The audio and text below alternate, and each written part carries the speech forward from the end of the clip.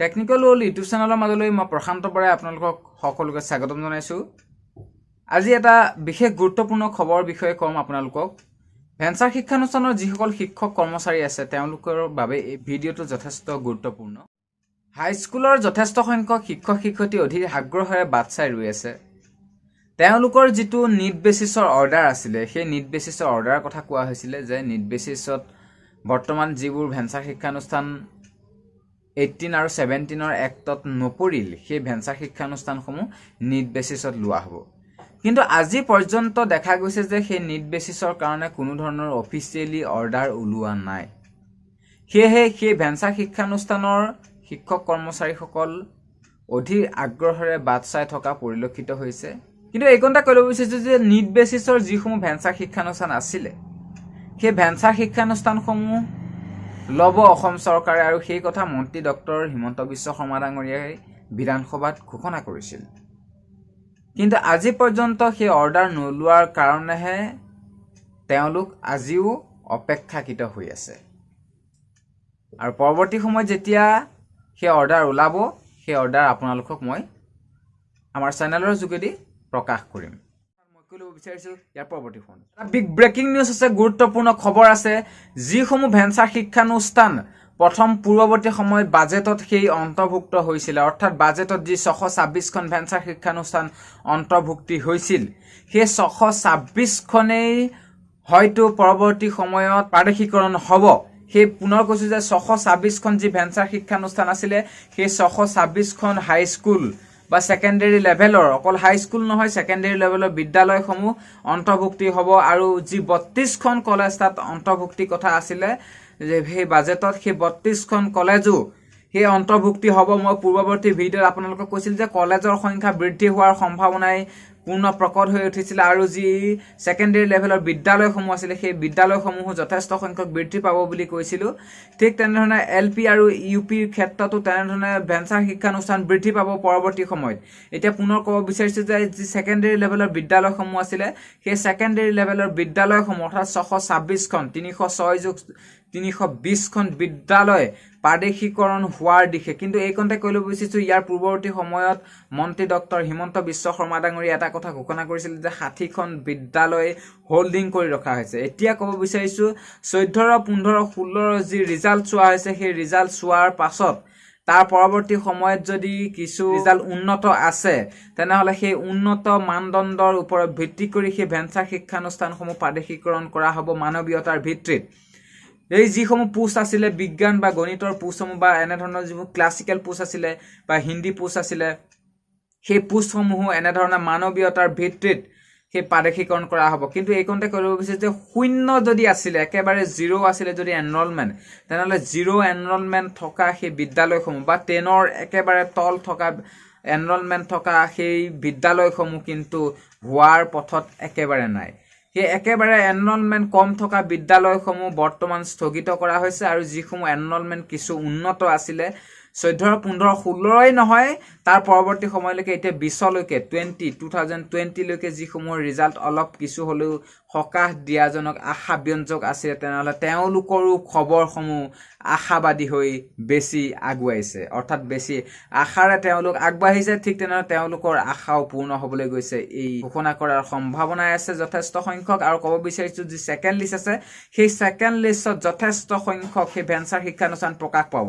এতিয়া কেৱল 197 হাইস্কুলেই নহয়, 149 জুনিয়ৰ কলেজেই নহয়, কেৱল সেই 9খন হায়াৰ ছেকেণ্ডেৰীতে সীমাবদ্ধ থকা নাই। এতিয়া প্ৰায় 113 আৰু 114লৈকে হায়াৰ ছেকেণ্ডেৰী যোৱাৰ সম্ভাৱনাই পূৰ্ণ প্ৰকট হৈ উঠিছে। তেওঁলোকৰ বাবে দুৱাৰ খোল খাইছে, আৰু তেওঁলোকৰ যিসমূহ ভেঞ্চাৰ শিক্ষানুষ্ঠান আছিলে, কেৱল ছেকেণ্ডেৰী লেভেলৰ বিদ্যালয়সমূহেই নহয়, যিসমূহ হায়াৰ এডুকেশ্যনৰ বিদ্যালয় আছিলে, বিশেষকৈ কলেজ, সেই 32খন কলেজ, পূৰ্বৱৰ্তী সময়ত 30খন কলেজ আছিলে, তাৰ কিন্তু 27খনে প্ৰকাশ হৈছিলে, 3খনো বাদ পৰি গৈছিলে। কিন্তু এতিয়াও সেই 32খন কলেজেই হোৱাৰ পথত। তেওঁলোকৰ কিন্তু সেই মানৱীয়তাৰ ভিত্তিত, মনত ৰাখিব, মানৱীয়তাৰ ভিত্তিতে সেই কলেজসমূহ প্ৰাদেশিকৰণ কৰিবলৈ অসম চৰকাৰ আগবাঢ়িছে। শিক্ষামন্ত্ৰী ডক্টৰ হিমন্ত বিশ্ব শৰ্মাৰ এক নিৰ্দেশ মৰ্মে সেই কলেজসমূহ আৰু সেই হাইস্কুলসমূহ ভেঞ্চাৰ শিক্ষানুষ্ঠানৰ হাইস্কুলসমূহ প্ৰাদেশিকৰণৰ আওতাত সোমাই পৰিছে। লগতে যিসমূহ LP আৰু UP বিদ্যালয় আছিলে সেই LP আৰু UP বিদ্যালয়সমূহো তেনেধৰণেই শিক্ষামন্ত্ৰী ডক্টৰ হিমন্ত বিশ্ব শৰ্মাৰ ডাঙৰীয়াৰ নেতৃত্বত যথেষ্ট সংখ্যক LP আৰু UP বিদ্যালয় প্ৰাদেশিকৰণৰ কাৰণে যোগ্য হৈ উঠিছে।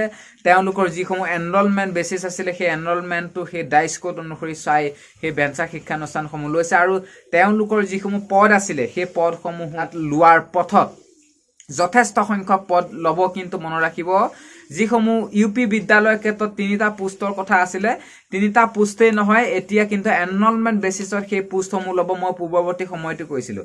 আৰু যি হিন্দী পোষ্টৰ কথা আছিলে হিন্দী পোষ্টৰ কাৰণে এটা চূড়ান্ত সিদ্ধান্তত আহিছে বুলি অসম চৰকাৰে ক'ব পাৰি যে হিন্দী পোষ্টটো সেই হোৱাৰ পথত। পুনৰবাৰ কৈছে যিসকল হিন্দী পোষ্টত সোমাই আছিলে UP বিদ্যালয় তেওঁলোকৰ পথ একেবাৰে প্ৰশস্ত হোৱাৰ পথত। তেওঁলোকৰ সেই হিন্দী পোষ্টটো হোৱাৰ পথত তেওঁলোকে যি লেংগুৱেজ টিচাৰৰ ক্ষেত্ৰত এক ধৰা বন্ধা নিয়ম আছে যে লেংগুৱেজ টিচাৰ, কিন্তু লেংগুৱেজ টিচাৰ এতিয়া হিন্দী হৈ থকা নাই। হিন্দী এক সুকীয়া ছাবজেক্ট হিচাপে ধৰাৰ কাৰণে অসম চৰকাৰ আগবাঢ়িছে। পুনৰবাৰ কৈছোঁ হিন্দীটোক লেংগুৱেজ ছাবজেক্ট হিচাপে ধৰা নাই, হিন্দীটোক এটা সুকীয়া ছাবজেক্ট হিচাপে ধৰাৰ কাৰণে অসম চৰকাৰ আগবাঢ়িছে। তাত লেংগুৱেজ টিচাৰ আমাৰ ব্ৰহ্মপুত্ৰ ভেলীৰ যিসমূহ বিদ্যালয় আছে ব্ৰহ্মপুত্ৰ ভেলীৰ বিদ্যালয়সমূহৰ কাৰণে লেংগুৱেজ টিচাৰ আছামিজ থাকিব আৰু কোকৰাঝাৰ অৰ্থাৎ BTAD বিদ্যালয়সমূহৰ কাৰণে সেই লেংগুৱেজ টিচাৰজন বড়ো মিডিয়ামৰ থাকিব আৰু যিসমূহ বৰাক ভেলী আছিলে বৰাক ভেলী বিদ্যালয়ৰ কাৰণে লেংগুৱেজ টিচাৰ তাত হ'ব বেংগালী। পুনৰবাৰ কৈছে বৰাক ভেলী বিদ্যালয়সমূহৰ কাৰণে লেংগুৱেজ টিচাৰ বেংগালী থাকিব আৰু তাৰ লগতে যিসমূহ সেই হিন্দী টিচাৰ আছিলে সেই হিন্দী টিচাৰসমূহো তাত হোৱাৰ পথত।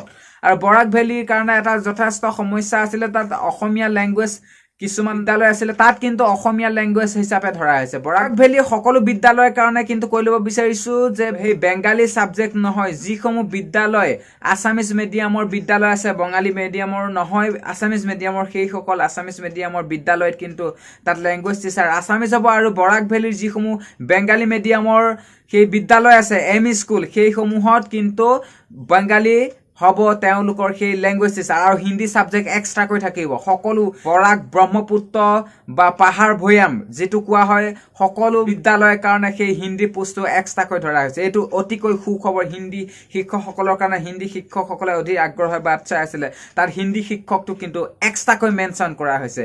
এইটো যথেষ্ট এটা সুখবৰ আহিছে সকলোৰে কাৰণে। আৰু ইয়াত ক'ব বিচাৰিছোঁ যে টিচাৰ আৰু টিউটৰৰ কাৰণে যি এটা বিসংগতি হৈ আছিলে সেই টিচাৰ আৰু টিউটৰ কেনেকৈ হ'ব সেই কণতে অকণমান মই কৈ ল'ব বিচাৰিছোঁ ইয়াৰ পৰৱৰ্তী ফোন বলক।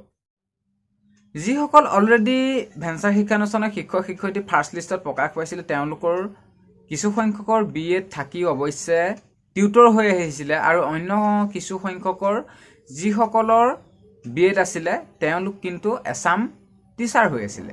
এতিয়া এই টিচাৰ আৰু টিউটৰ কেনেকৈ ধৰা হৈছে এইটো মই পূৰ্বৱৰ্তী সময়ত কৈছোঁ, কিন্তু ক'ব বিচাৰিছোঁ যিসকলৰ বৰ্তমানলৈকে গ্ৰেজুৱেশ্যন বা হায়াৰ ছেকেণ্ডেৰীত 50% নাছিল তেওঁলোকক এই টিউটৰ হিচাপে ধৰা হৈছিলে। কিন্তু তেওঁলোক কেনেকৈ টিচাৰ হ'ব, তেওঁলোক টিচাৰ হোৱাৰ যিটো উপায় সেই উপায়টো হৈছে তেওঁলোকৰ যদি কোনো ব্যক্তিয়ে SOS ষ্টেট লেভেল অপেন স্কুলিঙৰ আণ্ডাৰত SOS এক্সাম যদি দিছিল হায়াৰ ছেকেণ্ডেৰী বিশেষকৈ ME আৰু LP বিদ্যালয়ৰ সেই শিক্ষকসকলে সেই মাৰ্কশ্বিটসমূহ যদি তাত ছাবমিট কৰিব, যিসকলে ছাবমিট কৰিছিল বা কৰিব পৰৱৰ্তী সময়ত তেওঁলোকেই হ'ব টিচাৰ যদি 50% তাত আছে। যদি তেওঁলোকৰ 50% নাছিল তেতিয়াহ'লে তেওঁলোক টিউটৰ হৈ থাকিব। এই কণতে কৈ ল'ব বিচাৰিছোঁ যদি আপোনালোকৰ অৰিজিনেল যিখন হায়াৰ ছেকেণ্ডেৰী মাৰ্কশ্বিট আছিলে সেই হায়াৰ ছেকেণ্ডেৰী মাৰ্কশ্বিটত যদি আপোনালোকৰ 50% নাছিলে, এটা কথা ঠিক যে পূৰ্বৱৰ্তী সময়ত যিসকল LPতে সোমাই থাকক নাইবা ME স্কুলতে সোমাই থাকক তেওঁলোকৰ যি হায়াৰ ছেকেণ্ডেৰী আছিলে সেই হায়াৰ ছেকেণ্ডেৰীত 50% নাছিল। সেয়েহে তেওঁলোকে যদি এতিয়াও SOS এক্সাম দিয়া নাই তেওঁলোকে SOS এক্সাম দি ল'ব পাৰিব। সেই SOS এক্সামসমূহ দিয়াৰ পাছত তেওঁলোকে মেক্সিমাম ইয়াত 4টা ছাবজেক্ট ল'ব পাৰিব আৰু মিনিমাম এটা কিন্তু মনত ৰাখিব যে 4টাতকৈ বেছি ছাবজেক্ট নল'ব। 4টাতকৈ বেছি ছাবজেক্ট নিদিয়েও যিসকলে হায়াৰ ছেকেণ্ডেৰীত 50% নাছিল তেওঁলোকে মেক্সিমাম 4টা ছাবজেক্ট দিব পাৰিব আৰু এটালৈকে দিব পাৰিব।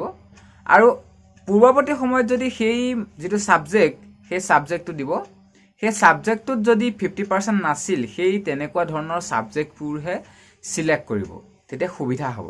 আৰু SOS এক্সাম দিয়াৰ পাছতেই আপোনালোকৰ এই ৰিজাল্টসমূহ ওলোৱাৰ পাছত সেই মাৰ্কশ্বিটসমূহ আহিব আৰু মাৰ্কশ্বিটসমূহ পৰৱৰ্তী সময়ত শিক্ষা বিভাগত দাখিল কৰিলে বা এতিয়াও যদি কোনোবাই দাখিল কৰিছে 50% নথকাসকলে তেওঁলোকৰ 50% যদি এগ্ৰিগেট হৈছে তেনেহ'লে তেওঁলোক টিচাৰ হ'ব, যদি DLED আছিলে বা BEd আছিলে। ভিডিঅ'টো ইমানেই আছিলে। যদি ভাল পালে লাইক কৰি শ্বেয়াৰ কৰিবলৈ নাপাহৰিব।